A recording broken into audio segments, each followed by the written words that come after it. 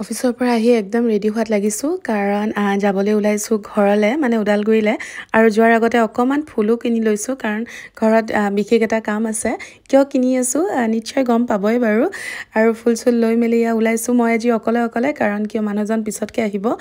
মই আজি অকলে গ'লোঁ আৰু এয়া ভাইটি যেতিয়াই মই অকলে আহোঁ তেনেকৈ সি ৰৈ থাকে সদায় মানে আৰু তাৰপিছতে অকণমান ডিছপ'জেল পাত গ্লাছ কিবা কিবি ল'লোঁ আৰু মই অহাৰ কাৰণে ইয়াৰতো সদায় এক্সাইটমেণ্ট থাকিবই আৰু তাৰপিছতে আজি এটা বোলো চিম্পল ৰেচিপি শ্বেয়াৰ কৰোঁ যিটো মায়ে মোক শিকাইছিলে আৰু এয়া দেখিছেনে সেই চিম্পল ৰেচিপিটো বনোৱা হয় এইটো বাচনত বা কাপোৰতো মেৰিয়াই ফেলে বনাব পাৰে পিছে এই বাচনটো আমি ৰিলায়েন্সৰ পৰা কিনিছিলোঁ অকল 130 টকাত খুব সুবিধা থকা বাচন হয় এইটো কাৰণ কিয়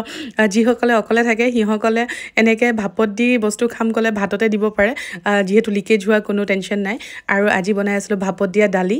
সেইটোতে নিমখ তেল পিঁয়াজ জলকীয়া সানি এনেকৈ পিটিকা বনাই লৈছোঁ আৰু এই দালিটোৰ পিটিকা মানে কি ক'ম আৰু ইমানেই টেষ্টি হয়